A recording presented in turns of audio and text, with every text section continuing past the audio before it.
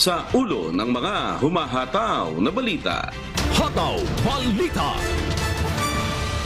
Pagsasagawa ng naval exercise ng Pilipinas at Estados Unidos sa Legazpi City, Albay, formal nang nagtapos. Hataw Balita. Armed Forces of the Philippines kinumpirma ang nangyaring consecutive radio challenges sa pagitan ng Pilipinas at Chinese vessels malapit sa Pag-asa Island noong Biyernes. Hataw Balita. Department of Social Welfare and Development Region 6, pinagkalooban ng tulong pinansyal ang pamilya ng napatay na overseas Filipino worker sa Israel. Hataw Balita. Philippine Statistics Authority may mga lead na kaugnay ng kamakailang nangyaring data breach incident sa kanilang community-based monitoring system. Hataw Balita. Ilang lokal na pamahalaan magpapatupad ng modular distance learning sa mga paaralan bunsod ng isasagawang tigil pasada ng jeepney drivers ngayong araw. Hataw Balita. Dagdag bawas sa presyo ng oil products, posibleng ipatupad bukas. Hataw Balita. Una sa ating mga humahataw na balita. Pagsasagawa ng naval exercise ng Pilipinas at Estados Unidos sa Legazpi City, formal nang nagtapos. Si Brian Baldarahe humahataw. Hataw Balita. Matapos ang isang linggong isinagawang bilateral naval exercises, formal nang nagtapos ang isinagawang 2023 sama-sama exercise sa pagitan ng Pilipinas at Estados Unidos sa Naval Station ng Philippine Navy sa Legazpi City, Albay nitong Biyernes, October 13.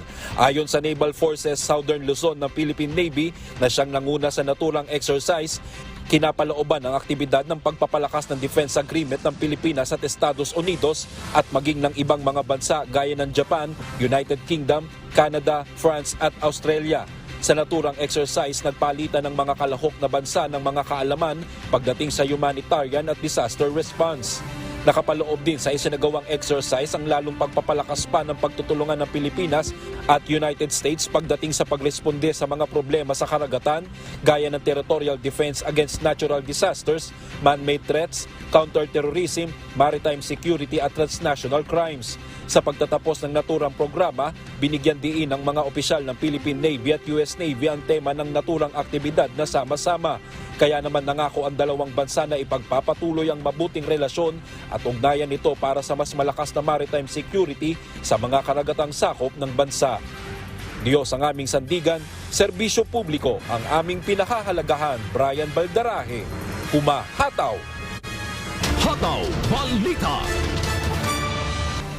Kinumpirma ng Armed Forces of the Philippines o AFP kahapon, October 15, na nagkaroon ng consecutive radio challenges ang isa sa kanilang transport vessels, ang BRP Benguet LS-507, sa isang Chinese naval vessel habang malapit sa Pag-asa Island noong Biyernes.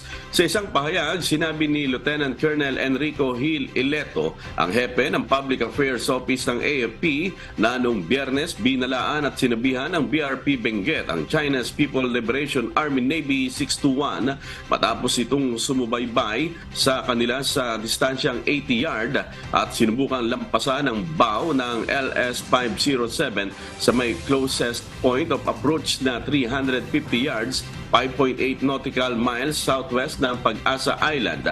Papunta rin anya ang BRP Benguet sa Rizal Reef Station para sa kanilang regular rotation at resupply mission nang maganap ang insidenteng nangyari mula 1:40 ng hapon hanggang 5:04 ng hapon noong Biyernes. Sa halip na baguhin ang kanilang direksyon, natanggap ng Philippine Navy ang isang tugon mula sa Chinese vessel gamit ang kanilang 10-dash line narrative.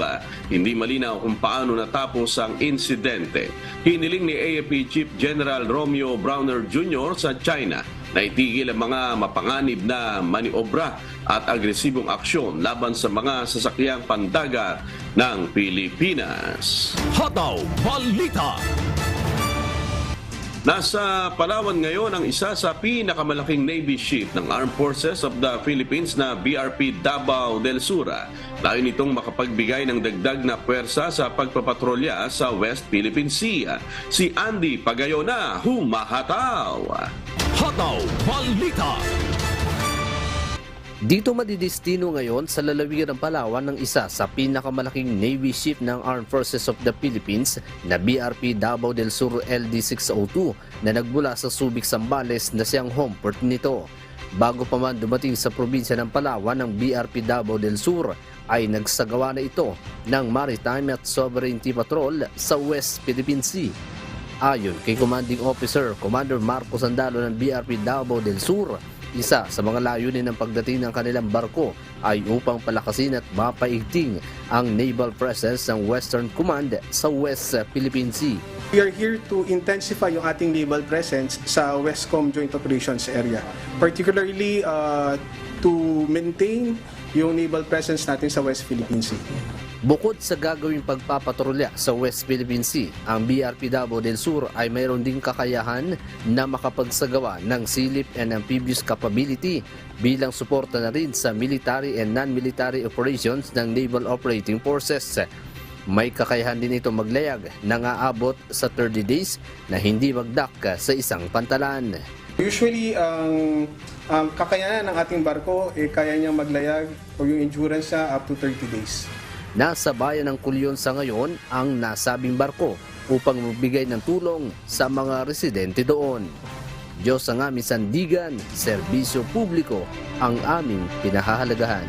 Andy Pagayona, humahataw! Hataw Balita.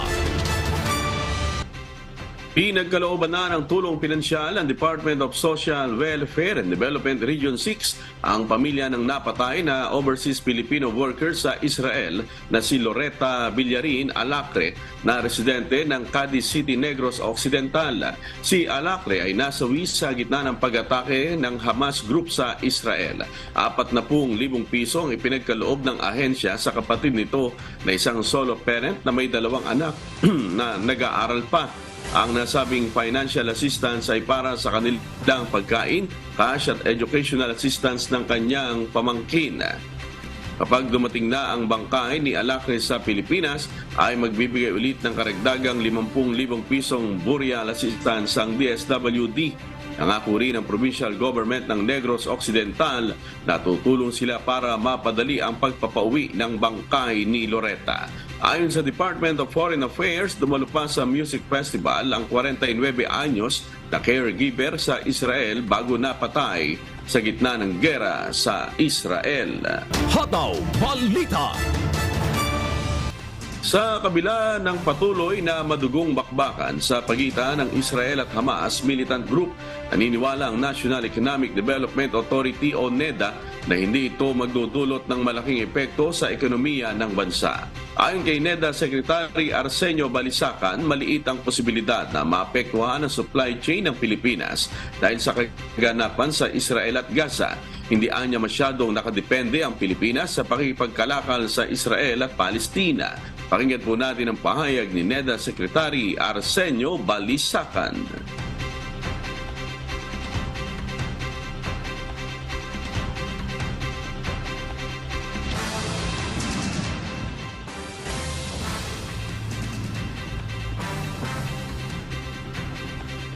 Gayunpaman, para kay Go Negosyo founder Joey Concepcion, maaaring maapektuhan ang presyo ng langis sa global market kung lalo pang lalala ang tensyon sa pagitan ng Israel at Gaza. Gayunman, kumpiyansa siya na mananatili pa ring stable ang presyo ng mga pangunahing produkto sa bansa sa kabila ng gera ngayon. Pakinggan po natin ang pahayag ni Go Negosyo founder Joey Concepcion. So, dito lang ang yung presyo ng langis, no? Yun ang threat dito.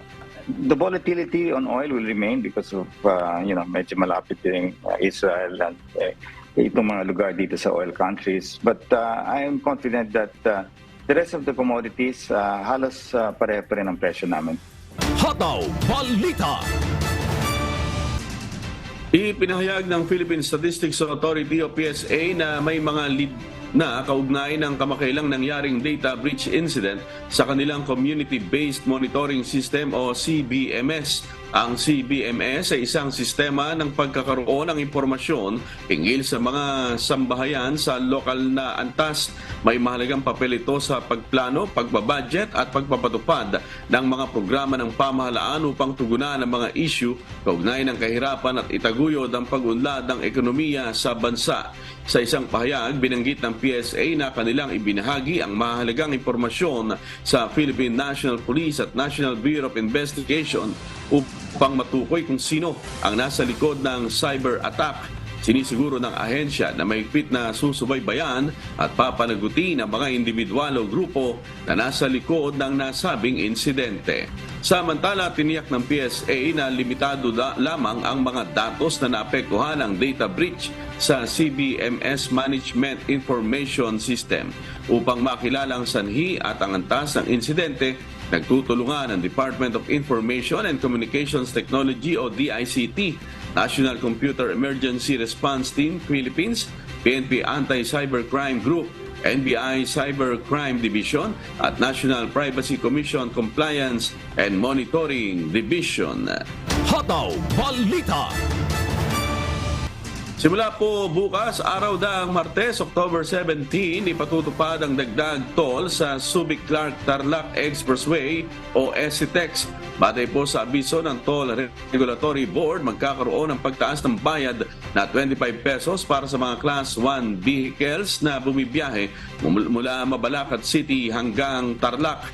Dagdag na 50 pesos naman para sa mga Class 2 vehicles at 75 pesos para sa mga Class 3 vehicles. Samantala, mayroon ding karagdagang 40 pesos, 81 pesos at 121 pesos sa bayad na toll para sa Class 1, 2 at 3 vehicles na bumibiyahe mula Mabalacat City patungong Tipo at Hermosa, Bataan. Para po sa mga motorista na dadaan mula end-to-end mula Tipo hanggang Hermosa, madadagdagan po ang bayad na toll na 65 pesos para sa Class 1, 131 pesos para sa Class 2 at 196 pesos para sa Class 3 na sasakyan. Ayon sa TRB, ang inaprubahang toll hike sa SCTEX ay bahagi ng periodic adjustment para sa taong 2023. Hataw Balita. Sa iba pang balita, may sapat na masasakyan ang mga estudyante at pasahero sa Western Visayas ngayong araw ng Lunes, October 16, sa kabila ng inaasahang nationwide transport strike ng mga tsuper ng jeep.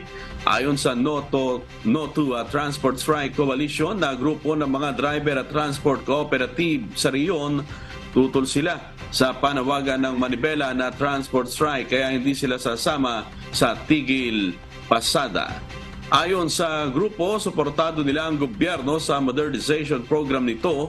Kung may panawagan man anya sila, idaan nila ito sa isang maayos na dialogo upang walang pasahero na maapektuhan. Hataw Balita. Magkahalong maganda at malungkot na balita po para sa mga kababayan po nating motorista. Dahil inaasahan po bukas araw ng Martes, October 17, ang posibleng pagpapatupad ng dagdag bawas sa presyo ng mga produktong petrolyo ang mga kumpanya ng langis. Sa inisyal na pagtaya ng industry players, maaaring tumaas ng 40 centavos hanggang 70 sentimos ang presyo ng kada litro ng gasolina. Good news naman dahil sa magkakaroon po ng rollback na 90 sentimos hanggang piso at 20 sentimos ang presyo ng kada litro ng diesel, habang magkakaroon naman ng bawas presyo sa kerosene ng 80 sentimos hanggang piso kada litro. I-anunsyo bukas ng oil companies ang final price adjustment na kanilang ipatutupad. Paliwanag ng Department of Energy, wala namang nangyari o inaasahang epekto ang nangyayaring gulo ngayon sa pagitan ng Israel at Hamas militant group sa presyo at supply ng petrolyo. Baka apekto lamang anya sa supply ng oil products ang nangyayaring gera sa Israel kung sasali sa gulo ang ilang oil-producing countries sa Middle East. Hataw Balita. Ipinatupad na ng lokal na pamahalaan ng Taytay sa Rizal ang pagsasagawa ng modular distance learning sa lahat ng mga paaralan sa buong bayan. Bahagi ito ng paghahanda ng mga otoridad bilang tugon sa nakatakdang implementasyon ng tigil pasada ng mga jeepney driver ngayong araw. At mula sa Taytay Rizal, si Jenica Cruz humahataw live.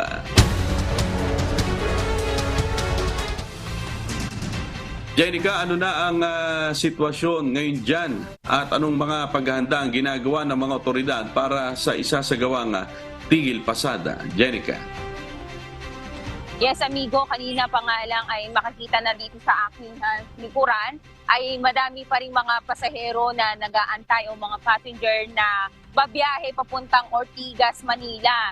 Nandito nga sa likod, amigo, ay may makikita pa rin tayo mga jeepney dito. Inihayag nga ng alkalde ng Taytay Rizal na si Mayor Alan De Leon na isang social media post na pansamantalang isususpindi ang traditional na face-to-face classes at papalitan ito ng modular distance learning at home.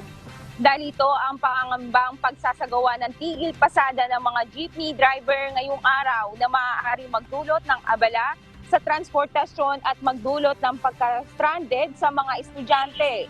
Ipinatupad ng ang shift sa modular distance learning sa lahat ng antas ng pampubliko at pribadong paaralan sa buong bayan ng Taytay. Simula pa kagabi, inihanda na nga ng Local Government Unit or LGU ng Taytay ang mga sasakyan na maaaring gamitin pansamantala ngayong araw. Maglilibot ito sa buong bayan upang umalalay sa mga commuter na maaaring maapektuhan ng transport strike. Sa kabilang dako naman sa bayan ng Halahala Rizal, inanunsyo ng LGU na hindi makikibahagi ang mga jeepney operator at driver sa tigil pasada at magpapatuloy ang normal na biyahe ng mga ito. Napagkasunduan ito matapos ang pag-ugnayan ng LGU sa samahan ng mga jeepney operator at driver. At dito nga, Sherwin, kanina ay meron tayo nakausap na mga operator na sinasabi nga nila dito sa Taytay ay halos na 60% ang kanilang mga kasamahan na hindi nga bumiyahe ngayong araw. Kaya nagdudulot din sa likuran natin ng mga nag-uunahan na halos yung mga tao dito para lamang makasakay ng jeep, Sherwin. Oo nga, Jenica, no? At least may nakikita pa rin tayo ng mga pampaserong jeepney na bumibiyahe, Jenica. Pero yung bang libreng sakay na inihanda ng lokal na pamahalaan dyan, anong oras ba sila bibiyahe para naman dito sa mga mananakay natin, ano? Lalo na yung mga may pasok sa kanilang mga opisina o mga kumpanya, Jenica? Sherwin, dito nga sa inihanda ng LGU o ng alkalde ng Taytay ay magsisimula nga ito simula ng alas 6 ng umaga. Pero sa ngayon, ayan, ay halos wala pa talaga tayo nakikita dito na mula doon sa local government unit na mga sasakyan. Maliban na nga lang dito na may mga van at bus na bumabiyahe patungong Metro Manila, Sherwin. Oo, isa pang gusto kong maitanong, Jenica, hindi ba nababahala yung mga chopper ng jeep na bumibiyahe ngayon na baka sila kung ano ang gawin ng kanilang mga kasamahan kung sakaling hindi nga sila makikipagkaisa dito sa transport strike? Dahil dito sa amin sa Laguna, meron kaming mga karanasan na pagkaganyan talagang pilit silang pinapara, merong mga napapalatan na lang yung gulong o may mga ginagawa nga ganun, Jenica. Amigo, dun sa ilang mga nakausap nga natin, maging dito sa Antipolo City, sa Upper, ay may mga nakikita man tayo ng mga sasakyan, pero wala naman nila na sa kanilang ibinababa na parang magkaroon sa kanilang sapilitan o may mga kabawalan, ayon nga din sa ating mga nakapanayam. Kaya maging sa Antipolo City, dito, Sherwin, amigo, talagang makikita natin may mga tuloy-tuloy na bumabiyahe nga lang, ay nasa halos 60% ng mga kanilang kasamahan ay talagang hindi nga bumiyahe o babiyahe ngayong araw, amigo. Alright, maraming salamat, Jenica Cruz Matangat, nag-uulat ng live mula sa Taytay Rizal. Hataw Balita. Inihayag ng Bureau of Immigration o BI ang pangangailangan na gamitin ng husto ang modernong teknolohiya upang labanan ng escort services ng ilang tiwaling immigration personnel. Ayon kay Commissioner Norman Tansingco, ang mga upgrade na kanilang ipinatutupad ay magdadala ng e-gates at artificial intelligence o AI na mag-aalis ng hindi kinakailangang person-to-person contact ng pasahero sa isang immigration officer. Ang pahayag ay inilabas matapos magbabala ang Department of Justice o DOJ kung ukol sa pagbabalik ng escort services na umano'y inaalok ng ilang tauhan ng BI sa mga paliparan para sa mga biyaherong may problema sa kanilang mga travel document. Iniyak ni Commissioner Tansingco na ginagawa nilang malaking hakbang upang habulin ang mga korap na empleyado at pigilan ang iba pang tauhan na maligaw sa masamang gawain. Palaan niyang lugar ang korupsyon sa BI at makikipagtulungan sila sa DOJ kasama ang paggamit ng teknolohiya para alisin ang mga tiwaling tauhan ng ahensya. Hataw Balita. Naghahanda ng mga paliparan sa buong bansa sa inaasahang pagdagsa ng mga pasahero ngayong malapit na ang mahabang bakasyon.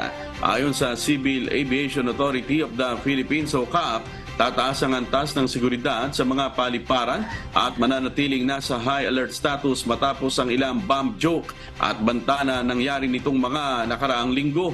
Nakikipag-ugnayan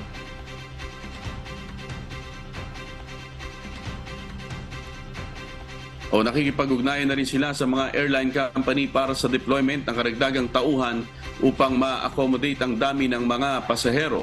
Handa na rin ang mga malasakit help desk at bukas ang mga hotline para sa anumang aalalahanin ng mga pasahero. Muling paalala ng CAAP sa mga pasahero na agahan ang pagdating sa mga paliparan bago ang kanilang flight upang maiwasan ang anumang aberya. Masayang nakilahok ang mga estudyante mula sa University of Rizal System Tanay Campus sa isinagawang Basic First Aid and Life Support Training ng UNTV News and Rescue. Layunin ng pagsasanay na magkaroon ng karagdagang kaalaman ng mga kabataan sa pagtulong sa kapwa at pagsagip ng buhay. Si Jenica Cruz humahataw. Hataw Balita. Napalilibutan ng Tanay Rizal ng bulubundukin. Isa rin ito sa mga dinarayo sa lalawigan dahil sa ganda at lamig ng temperatura sa lugar. Kaalinsabay ng pagdami ng mga bumibisitang turista sa lugar, hindi mawawala ang halaga ng pagpapanatili ng public safety para masiguro ang kapakanan at kaligtasan.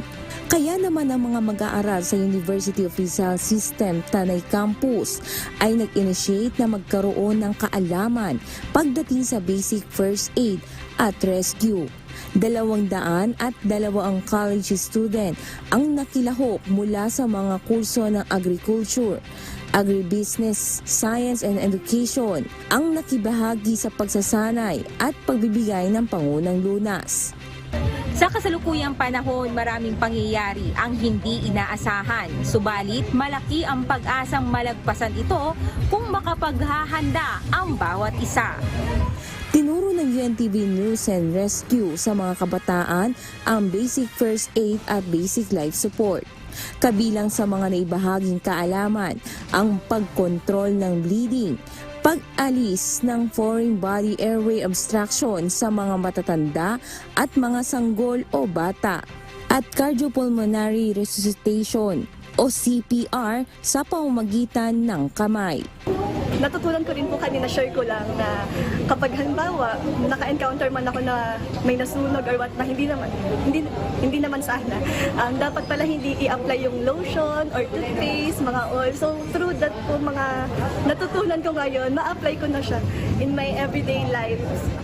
Hinanga naman ng Dean ng institusyon ang advokasiyang ipinatupad ni Kuya Daniel Razon sa UNTV na tulong muna bago balita. Actually, napakaganda nga ho nito kasi nakita ko sa YouTube nga, nakita ko na meron palang ganitong network na merong nagre-responde sa mga pangangailangan ng mga na-aksidente, mga gano'n. No? Dapat kung lahat nga meron eh. No? Laking pasasalamat naman ng estudyante na si Eric Nones na makasama sa isinagawang libreng training.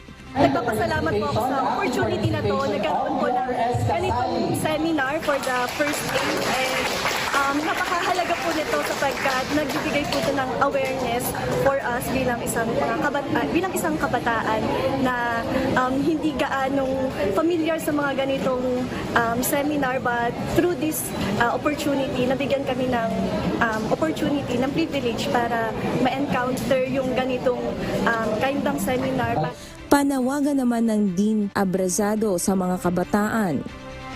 Kaya hinihikayat natin, hindi lang yung kabataan, para sa lahat, no? Kasi wala namang pinipili ang sakuna.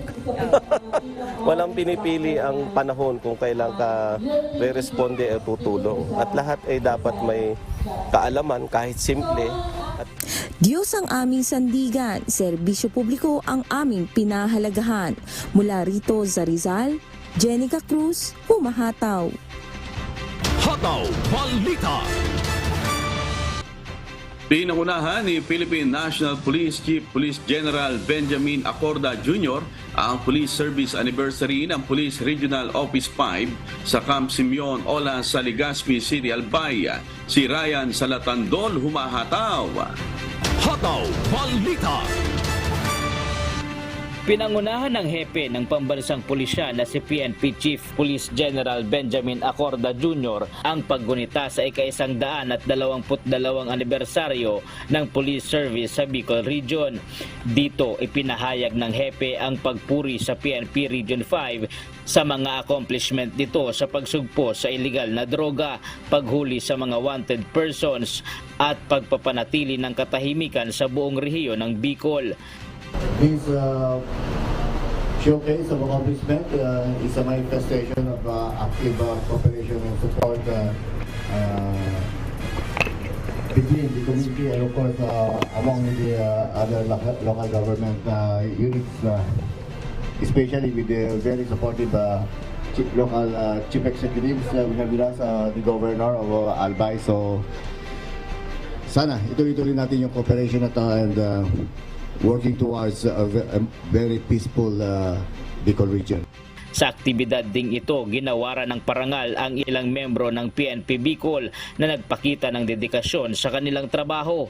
Samantala, inilibot din ni Pro 5 Regional Director General West Raimundo Obinque si General Acorda upang saksihan ng ilan pang mga aktibidad katulad ng pag-turnover ng 20 patrol jeep sa PNP Bicol, kasama pa ang 38 na medical kit upang makatulong sa mga rescue operations ng PNP. Formal na ring binuksan ang bagong gawang armory at warehouse sa loob ng kampo. Pinagkaloob din ang 300 units ng basic assault rifles na ginagamit para sa internal security operations equipment ng PNP Bicol. Binuksan na rin ang PNP Regional Forensic Unit 5 building para mas mapataas ang antas ng kapasidad ng forensic investigation sa rehiyon. Dagdag pa rito, naipresenta rin ni Obinque sa hepe ng pambansang pulisya ang 955 na mga loose firearms na nakumpiska ng PNP Region 5 mula noong April 26, 2023 hanggang October 6 taong kasalukuyan. Nagpapatuloy pa rin ang kampanya ng Bicol PNP sa pagsugpo sa mga loose firearms sa buong Kabikulan. Samantala, tiniyak din ni General Acorda Jr. ang seguridad sa darating na barangay at SK election sa rehiyon.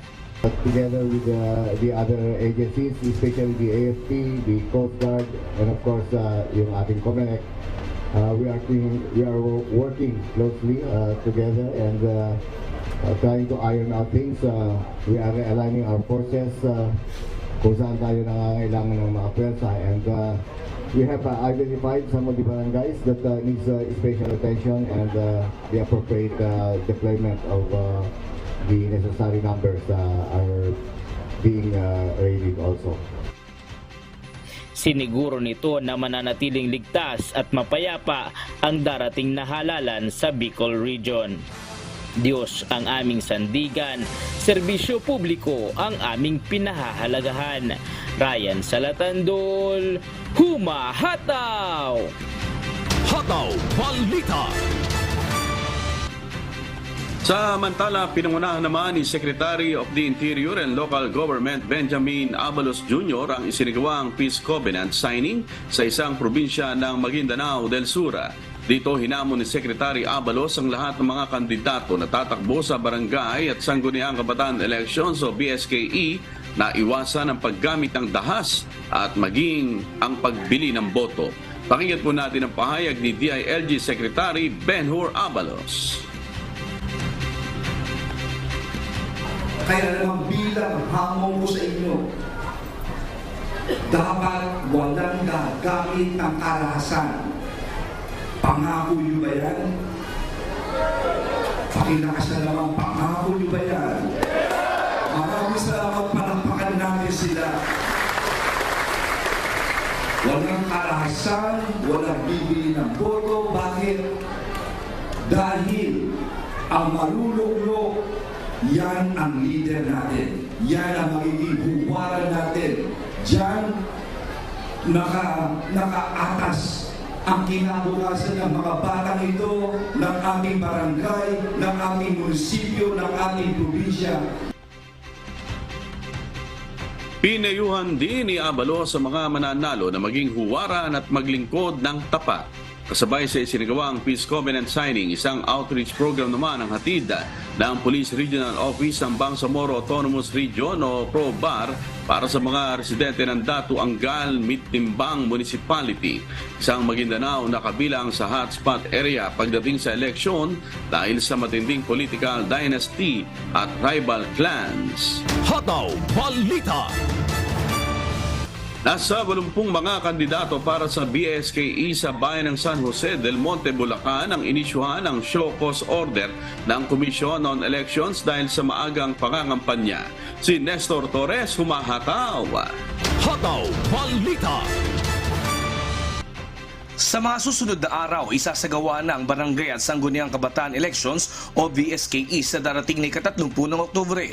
Kahit hindi pa nagsisimula ang opisyal na kampanya na nakatakdang gaganapin mula sa October 19 hanggang 28, may mga kandidato na ngayon na lumalabag sa mga patakaran sa Commission on Elections o COMELEC. Ayon kay Attorney Imelda Panis, ang election officer ng San Jose del Monte sa Bulacan, may mga natanggap silang ulat mula sa concerned citizens na ipinopost sa mga social media ang mga paglabag na ito ng isang kandidato. Yung mga candidates na nagpo-post dun sa kanilang mga Facebook, TikTok, na may mga t-shirts na mga nakalagay yung mga pangalan, yung mga nag-iikot na dun sa mga may mga tarpaulin na naka-display. So, yun ang nagsisend dyan sa Law Department ng mga pictures, and then the Law Department will issue a show cause order, and then dito kami sa field, within 48 hours, we have to serve the show cause order para yung candidate is magkaroon naman siya ng opportunity to defend himself or herself kung bakit siya meron mga ganong pictures. Within 3 days, kailangan sagutin niya yung show cause orders na yun. Sa tala ng COMELEC Office sa San Jose del Monte, umaabot na sa 80 kandidato ang nabigyan ng show cause order. Ilan sa kanila ay na-dismiss na, habang ang iba ay hinihintay pa ang resulta kung sasampahan ng kaso ng ahensya. Solve na namin sila, na-serve na lahat yun. Meron din namang mga order. Meron lumabas na mga order of dismissal. Ibig sabihin, hindi naman lahat ng nabibigyan ng show cause orders, may kaso na. So, based dun sa kanilang answer na sinabit dun sa Law Department o dun sa task force against premature campaigning namin sa main office, sila po ang nagde-determine whether there's a probable cause para sampahan ng kaso for disqualification yung candidate.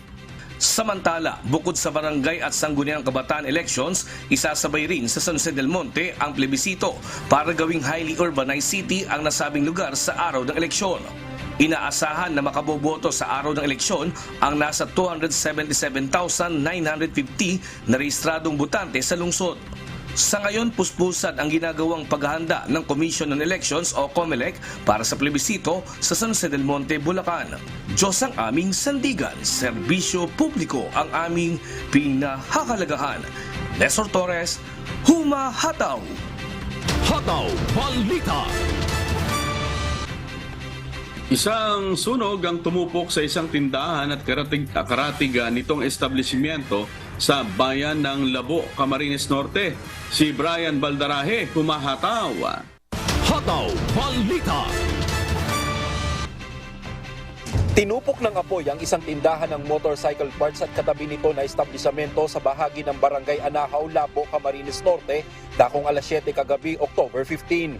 Ayon sa mga residente, bigla na lang umanong sumiklab ang sunog sa loob ng motorcycle shop at agad na kumalat sa karatig na establisamento at bahay. Agad na naitawag ang insidente sa Bureau of Fire Protection na agad rumisponde para apulahin ang sunog. Bago mag alas 8 ay idineklara na itong fire out ng mga bumbero. Wala namang naiulat na nasaktan o nasawi sa nangyaring sunog. Patuloy naman ngayon ang isinasagawang investigasyon ng mga otoridad tungkol sa laki ng pinsala at halaga ng natupok ng apoy. Diyos ang aming sandigan, serbisyo publiko ang aming pinakahalagahan. Brian Baldarahe, Humahataw! Hataw Balita. Mahigit 1,500 individual mula sa Tagaytay City ang napagkalooban ng libreng serbisyo medikal sa lalawigan ng Cavite. Si Lizel Nael, Humahataw! Hataw Balita. Napagkalooban ng libreng serbisyo medikal ang mahigit sa 1,500 individual sa Tagaytay International Convention Center sa probinsya ng Cavite nitong Martes, October 10. Isang aktibidad ito ng pamahalaan na Love for All program katuwang ang Department of Health o DOH. Layo ng programa na mailapit sa publiko ang medical services ng pamahalaan at makapagbigay ng libreng serbisyong pangkalusugan gaya ng pamamahagi ng libreng gamot, konsultasyon sa mata at libreng salamin. Libre ring nakapag-avail ang mga recipient ng laboratory test services para sa puso, utak at dugo.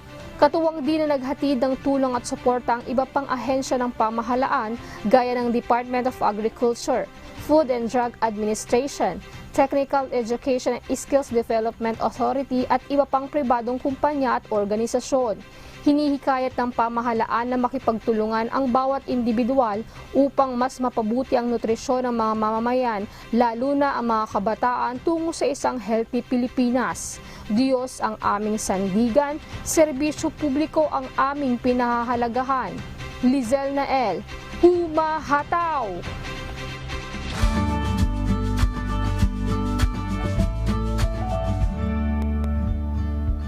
Alamin ang magiging lagay ng panahon sa iba't ibang bahagi ng bansa ngayong araw ng Lunes. Panoorin po natin ang update mula sa Philippine Weather Bureau Pag-asa. Sa ating latest satellite images, meron ho isang low pressure area dito sa may bahagi, western section ho ng Central Luzon at hulitong namataan mahigit 980 kilometers kanluran ng Central Luzon. Hindi naman ito inaasahan na makakaapekto sa ating bansa dahil yung movement ho nito mapunta dito sa may mainland Asia. No? Samantala, ngayon ho, ang umiiral ay ang tinatawag nating northeasterly surface wind flow.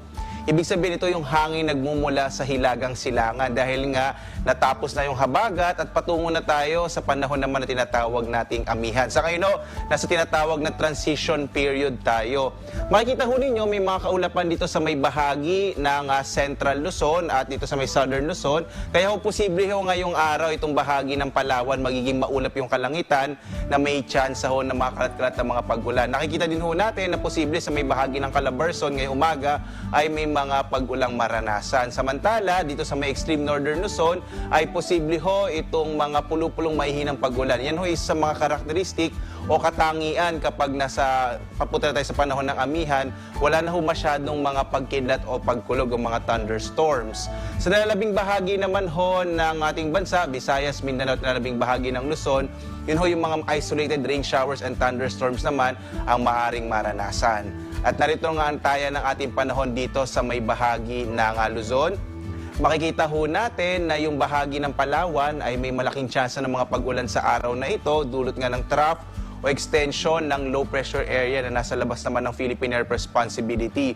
Sa nalalabing bahagi naman ho ng Luzon, makikita ho natin dito sa may extreme northern Luzon, yung bahagi ng Cagayan, Apayao at Isabela, posible ho makaranas at Batanes, ay posibleng makaranas ng pulupulong maihinang pag-ulan habang may mga pagkinat pagkulog naman sa nalalabing bahagi ho ng Luzon. Yung agwat nga ng temperatura sa Lawag nasa 24 to 33 degrees Celsius, sa Baguio 16 to 23, sa Metro Manila hanggang 31 degrees Celsius, hanggang 33 degrees Celsius naman sa Tuguegarao, sa Legazpi 24 to 32, sa bahagi ng Tagaytay nasa 22 to 29, sa Kalayaan Islands 25 to 30, habang sa Puerto Princesa 25 to 30 degrees Celsius. Dako ho tayo sa Visayas at Mindanao, makikita ho natin dito sa may bahagi ng Visayas ay mga isolated rain showers and thunderstorms din ho yung mararanasan, gayon din sa malaking bahagi ng Mindanao sa araw na ito. Ang agwat ng temperatura sa Iloilo 25 to 32 degrees Celsius, sa Cebu ho nasa 26 to 33 degrees Celsius, habang sa Tacloban 25 to 32 degrees Celsius. Sa Zamboanga naman hanggang 33 degrees Celsius, habang sa Cagayan de Oro hanggang 32 degrees Celsius, at sa Davao 25 to 33 degrees Celsius. Mainam ho sa mga kababayan natin dito sa Visayas at Mindanao, magdala pa rin ng mga pananggalang sa ulan, sa mga posibilidad nga ng mga pag-ulan sa hapon hanggang sa gabi na hindi naman ho magtatagal, normally mga 1 hanggang 2 oras lamang. Wala rin tayong nakataas na gale warning. Ibig sabihin, maaari hong pumalaot o maglayag yung mga maliit na sakyang pandagat at malilit na mga bangka dito sa baybayin ng ating bansa. Pero nagpapaalala pa rin tayo dito sa Pag-asa, kapag may mga thunderstorms, posibleng biglang lumakas yung alon ng karagatan at biglang bumugso yung hangin. Kaya iba yung pag-iingat pa rin ho ang ating kinakailangan. At ang araw natin ay sisikat mamayang 5:48 na umaga at lulubog, ganap na 5:36 ng gabi. Yan po si Obet Badrina, weather specialist ng Pag-asa. Tandaan, sa bawat araw na ating nasisilayan, tayo magpasalamat sa Diyos na may lalang. Hataw Balita. Nakakatanggap ng tig 3,000 pisong ayuda mula sa pamahalaang panlalawigan ng 147 hog racer sa Dilasag, Aurora na naapektuhan ng African Swine Fever o ASF. Bunsod ito ng pinalawig na kabuang 6 na milyong pisong halaga ng indemnification payouts. Si Danny Munar humahataw. Hataw Balita. Nasa 147 hog racer sa 11 barangay sa Dilasag, Aurora ang nakinabang sa indemnity payout ng pamahalaang panlalawigan. Nakatanggap ang mga benepisyaryo na 3,000 piso sa bawat baboy na isinailalim sa kaling operation dahil sa African Swine Fever o ASF. Sa tala ng Municipal Agriculture Office ng Dilasag na may pinakamataas na kaso ng ASF sa lalawigan mula November 18, 2022 hanggang January 27, 2023, nagresulta ng 13 milyong pisong halaga ng pinsala sa mga hayop ang naturang sakit. Ayon kay Provincial Livestock Program Coordinator Cheryl Marie Abuyuan, layunin ng indemnification payout na tulungan ang mga hog racers na makabangon sa kanilang pagkalugi. Pinalawig ng pamahalaang panlalawigan ang kabuang 6 na milyong pisong halaga ng indemnification payout para sa 3 munisipalidad sa Dilasag netong Oktubre, Dipakulaw at Baler noong Setyembre. Bukod sa tulong pinansyal, nagsasagawa na rin ang Provincial Veterinary Office ng advocacy campaign para maitaas ang kamalayan sa pagpigil at pagkalat ng ASF sa lalawigan. Hinimok ni Abuyuan ang mga magsasaka na palakasin ang biosecurity measures sa kanilang sakahan at huwag gamitin ang sagmaw o kaning baboy bilang pagkain ng kanilang mga alagang baboy dahil pinapataas nito ang panganib ng ASF. Sa ngayon, nasa red zone pa rin ang Aurora dahil sa aktibo pa rin ASF instances sa buong probinsya. Diyos ang aming sandigan, serbisyo publiko ang aming pinahahalagahan. Danny Munar, humahataw! Hataw Balita. Ayan, ang bilis po ng ating oras at tandaan po natin, ngayong araw po merong nationwide transport strike. Salamat po sa lahat ng mga tumutong po sa atin sa Radyo La Verdad 350, sa UNTV 37, sa ating Facebook at YouTube. Kagaya po nila Luweli Panya, ang Kulubong at La Pastora family. At kami po ay muling nag-aanyaya mamaya pong alas 7 po ng gabi Philippine Standard Time. Day 6 na po sa nagpapatuloy na mass indoctrination ng MCGI sa official MCGI social media accounts. Kabilang po ang MCGI channel, ang official YouTube channel ng Members Church of God International. Patuloy rin po namin kayong inaanyayahan na makisa sa Global Prayer for Humanity tuwing Lunes hanggang Biyernes alas 9:30 ng gabi. Ito po'y nakastream ng live sa lahat ng MCGI social media accounts. Ang Global Prayer for Humanity ay bukas po sa lahat, anuman ang inyong relihiyon o lahi. At sa aming ibabahaging mga salita ng Diyos na ating sandigan, mula sa Kawikaan, Kapitulo 1, Talatang 23. Magsibalik kayo sa aking saway. Narito, aking ibubuhos ang aking espiritu sa inyo at ipakikilala ko sa inyo ang aking mga salita.